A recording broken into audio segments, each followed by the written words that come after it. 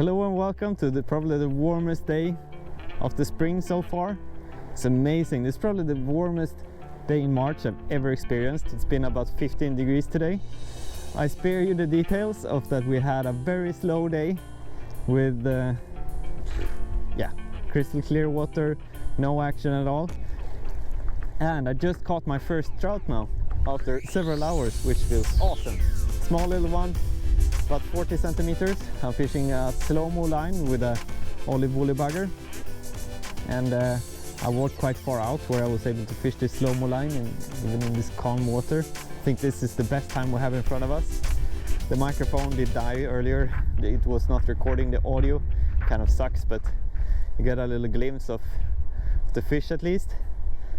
Took really hard on, as I said, Stockholm woolly bugger. Fun fly to fish, and seems to work. Good inspiration there from Niklas, and I can link the video on how to tie this fly in the description. But now we're just gonna get started again. We're gonna continue casting. I haven't made a single cast after that catch, so it's time to go.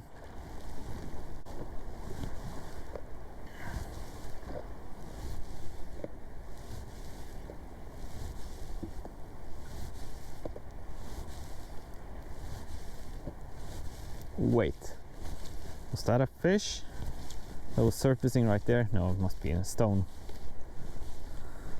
right? Not really sure. That would be crazy if it was a fish. Quite a big heavy splash. It was just like in the combination with a wave, so I think it's a good chance that it's a stone, but that's what I'm targeting. That's definitely worth casting towards. Ooh, was that a strike? Yeah, fish on. Wow, that was a splash. It's a better trout, I think, than the first one. I'm taking it too hard now. Just gonna slow it down. See which. It looks like there is a dropper fly hanging in the air, which tells me that this one also took the woolly bugger, and it's about the same size as the first one, I think, and this is just like 3 casts after. It's really cool. Oh, it was not at all bigger. But it could be that there are more fish here, so I'll just unhook this one quick and keep on casting. There it is, maybe 30 centimeter sea trout. Quite a weird color on it. Let's see, it's going back. Okay, but the splash sounded like it was from a bigger fish, if it was a splash. So I have to hurry up.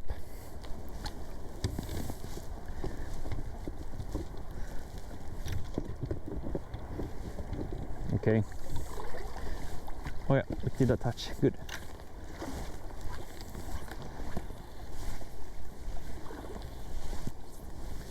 Putting the fly there once more. I still have that same tangle, which I have to fix.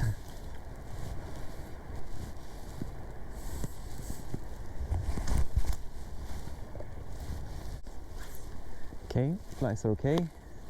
Making the second cast.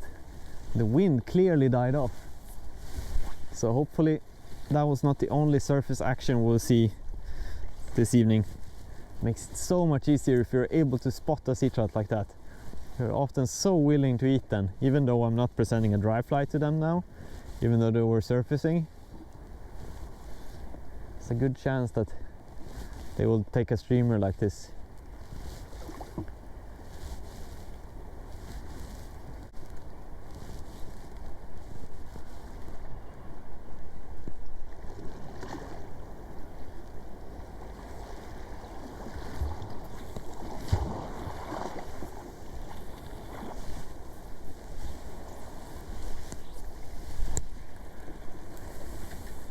Doing the same principle as I would if I just had a strike. because it's probably a school here. So I fished the same area. It's like, yeah, what would happen if I had just like a strike? I would put the fly out there again, trying to replicate the same thing once more, because there's a good chance that there is more fish. Now I caught that fish, so I know I'm not very likely to catch that same fish again, and I don't want to, but something draw their attention, so I just trying to do the same retrieve for a few more times before I try something else, like do a fast retrieve or a slow retrieve.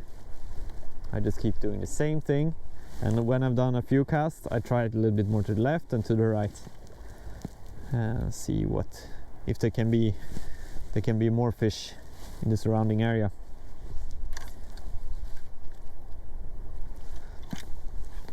Let's try one cast a little bit to the left.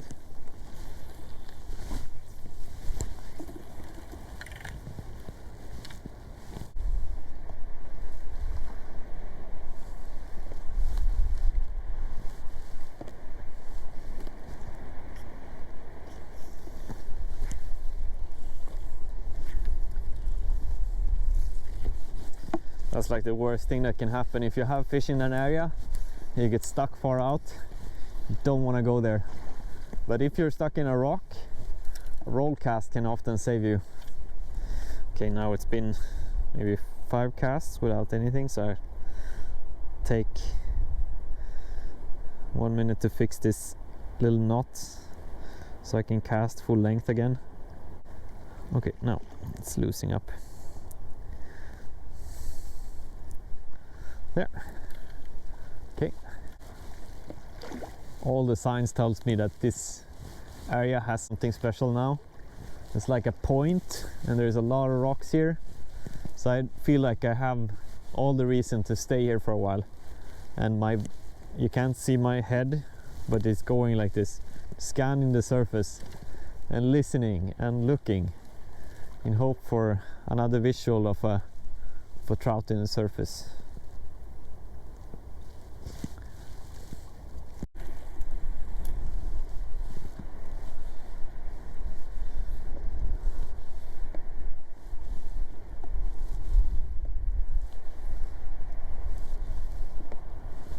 Ooh. Was that something I saw over there? I might have seen something over there. I have to retrieve this. This retrieve is just in the lane of where I caught the fish, so I'll take no rush, but I keep searching the area to the right here, see if something more is showing here.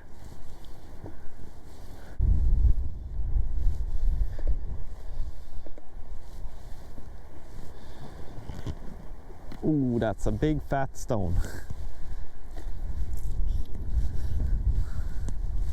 I really don't want to walk there. I put good tension on it and it doesn't move anywhere, which tells me it's a stone. It's quite a long line to do a roll cast, so I try to instead bounce it. You can try this several times. You just put the line tight, rod straight towards the target where you're stuck, tighten it up so it flexes. This is a stiff core line, but the leader and the line flexes a little bit, and try to bounce it. I do this 5, 6, 8 times or so, but it doesn't seem to get loose, so I walk around it a little bit, see if I can just with another angle get it loose.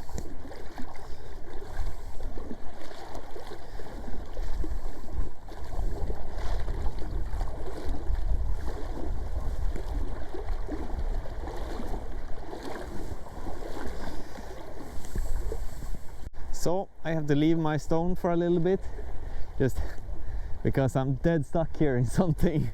We have a very interesting scenario here, I think, that both me and Jerome managed to catch fish, as you can see on the pictures right here. And I see Jerome is going in now. They're taking a nice picture of a sea trout. So fun. And it's interesting to see now that I know his fishing style. He will probably go out and cast again, obviously, at the same spot. So did I, and caught my second fish. But what I commit to now is that I'm gonna stick to this stone the whole evening. What he's gonna do is probably gonna go out cast again, but sooner or later he will move on, pretty sure. So is it gonna pay off to keep moving, or is it gonna be paying off to hammer at the same place for the whole evening? Let's find out.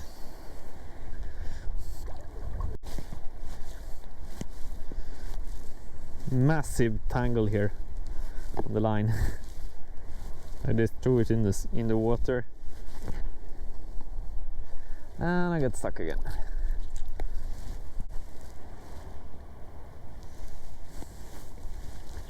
So next cast after getting stuck, I got stuck again. So this is getting quite frustrating actually.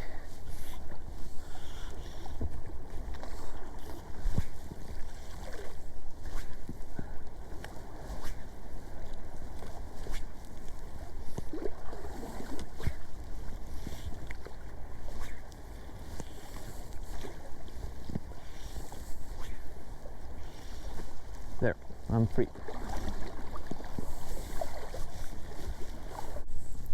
This is making me so annoyed. I'm getting constantly snagged. I got totally stuck twice, even though it's a slow-mo line. It sinks extremely slow.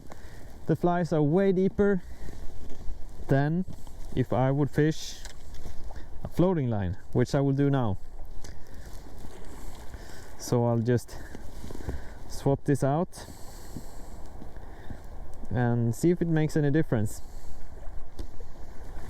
So here I also have an olive woolly bugger. Had great success with this lately. The other fly I have on the floating line rod is a mulkis. So that one, and quite a similar one to what I just used, a woolly bugger.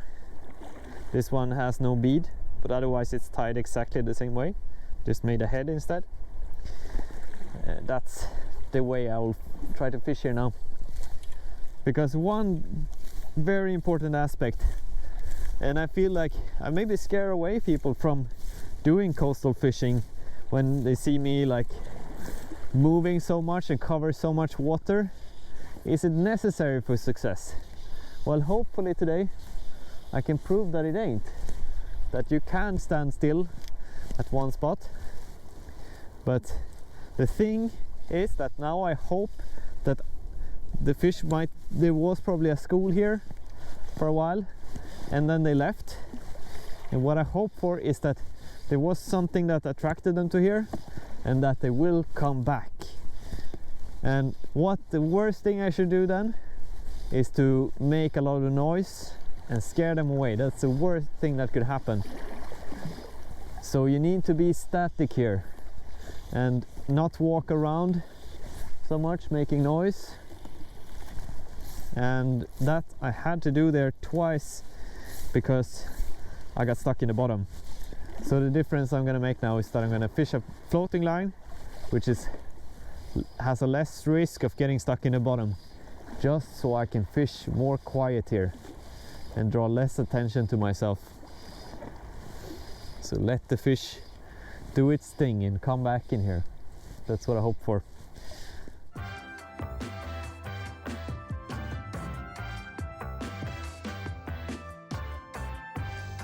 Right now it feels tougher than I expected. It's so unrewarding when you made the 60th cast at the same spot and nothing is happening. But there is some advantages to this strategy, of course. You have more time you can cast more casts since you're not spending time moving around. But I just felt like I needed a break.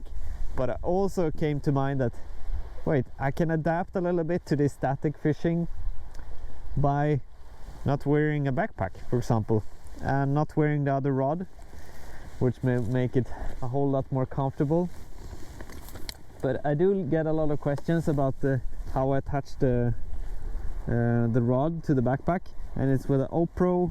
Let's see here, O-Pro rod mount that I use to attach it. It's a great way to be able to carry like a floating and an intermediate line like this, like I do today. But yeah, it's time to get out there again. Which rock should I take? Same again. And I can see that Jerome, he caught one fish, fished maybe 5 minutes there, then he moved on. I would have way past the time when I would have moved on if I didn't commit to doing this test today. So it's interesting to see if it makes any difference. It would be an amazing reward if we manage to catch one more here. I'm starting to doubt it actually, but it's not far until the sunset. Been at this stone for, yeah, since it was super bright out. Now it's almost at sunset, so 1.5 hours, same stone. It's getting boring, I can tell you.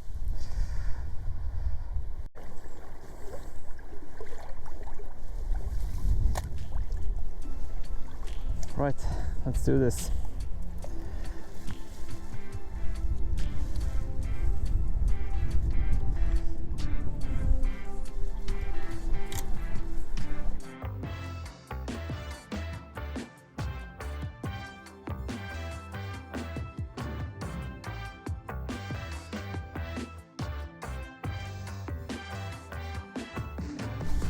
I maybe saw something rising out there after like forever casting. First time I suspect something was there. Could be. Oh, getting so cold. I'm not moving, so it's pretty chilly now. It's far from fun anymore.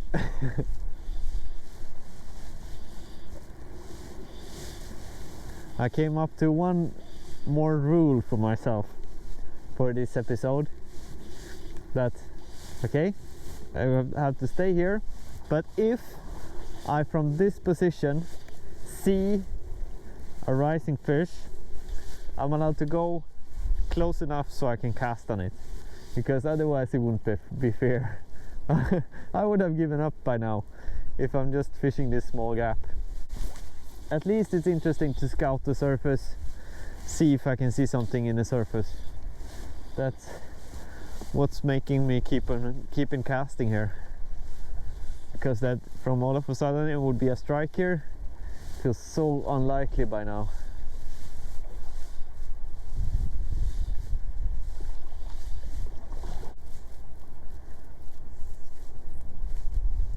Now this is mainly to get my own motivation up again.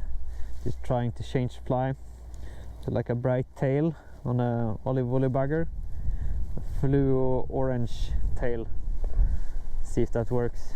At least it gives some belief again. Maybe they like this one, because if there is fish here, they for sure have seen that olive one.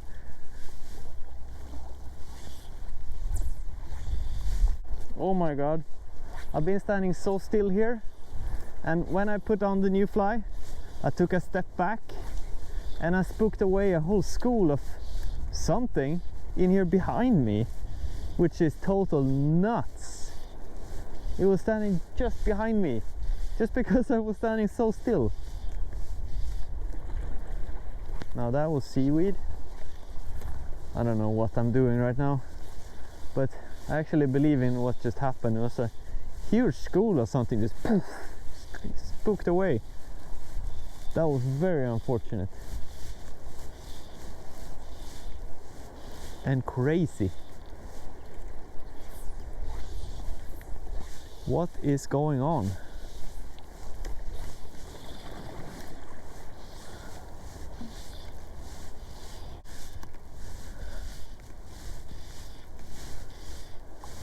There again. Here they are again. Look. It's like a giant school. It must be eyed or something. Right here. Look. Something is here. Some kind of fish. So crazy. They're just here. I have a giant tangle on the leader, so I hope not too big, or a giant tangle on the line further away.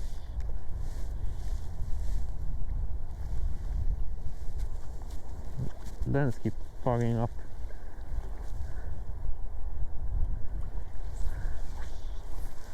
They're right here.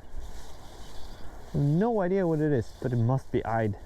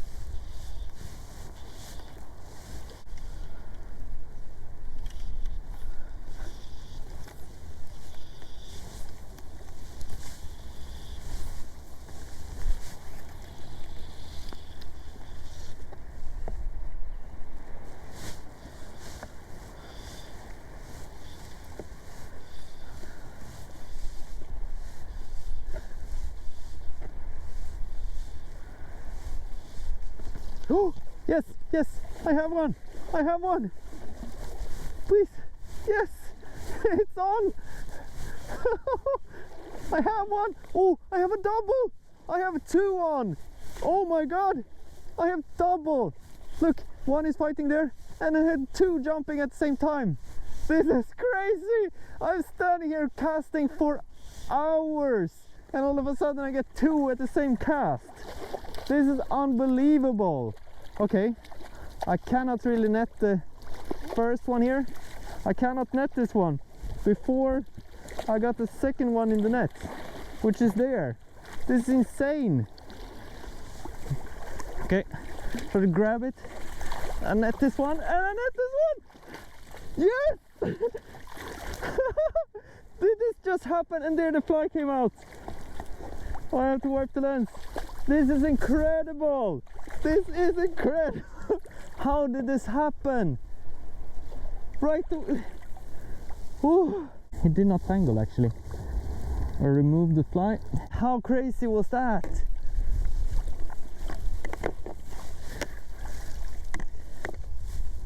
If I wasn't filming that, I don't think anyone would believe me. Oh, fogging up like crazy. It's getting very misty now in the evening. And I got a double after casting for 2.5 hours at the same stone. 2.5 hours. And then all of a sudden, twice or two in the same cast. This is just unbelievable what just happened. So, there is 2 fish here in the net. Look at this. It's 2 fish. It's not many times I caught a double like that. And this one is the craziest I've ever experienced. They seem very calm, so let's see if I can get them up here.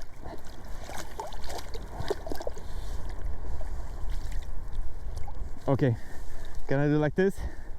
Fish number 1, smaller one, release it, and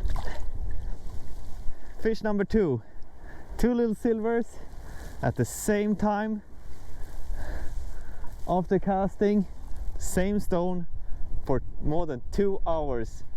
How crazy is that? I think I proved that it can be worth it to have patience sometimes, not always be in such a rush. Let's see, Jerome is coming back now here. They have been, him and Mats has been moving around like crazy probably. Very interesting to see if they also caught 4 or if they caught less, if it was worth it. But at least I had a crazy lot of fun with that finish. And what do you think about that netting technique where I grabbed the line in between the 2 flies and just lifted it up so I could net them both?